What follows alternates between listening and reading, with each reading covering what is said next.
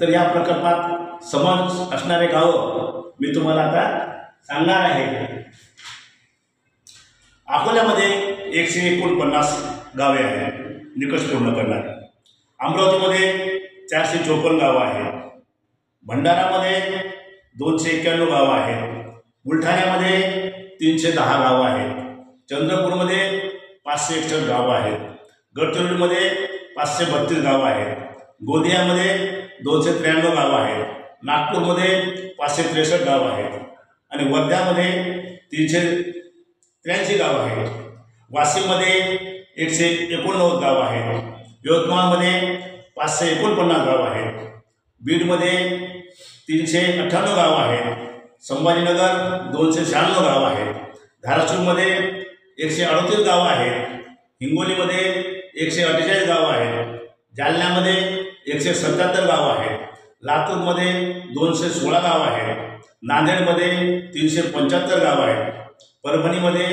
173 गावं आहेत, जळगावमध्ये 319 गावं आहेत, नाशिकमध्ये 374 गावं आहेत, एकूण गावे 7158 अशा गावाचा समावेश आहे।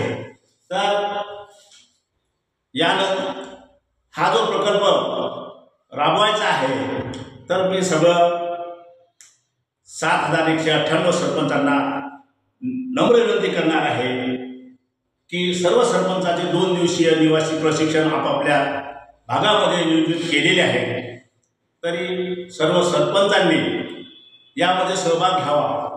कारण आधी सरपंचाला जर प्रोजेक्ट समजलाय हा प्रकल्प तर गावातील लोकांना सोयीचा जाईल, आपल्या गावाला कशाची उणीव आहे हे सरपंचांना जाण असते, म्हणून सरपंच महोदयांनी प्रत्येकाने यामध्ये सहभागी होणं आवश्यक आहे।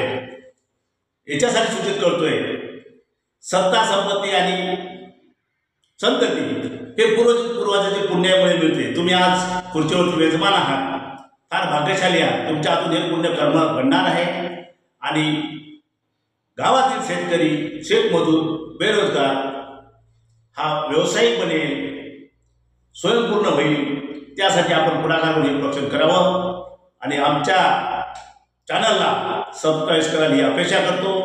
धन्यवाद।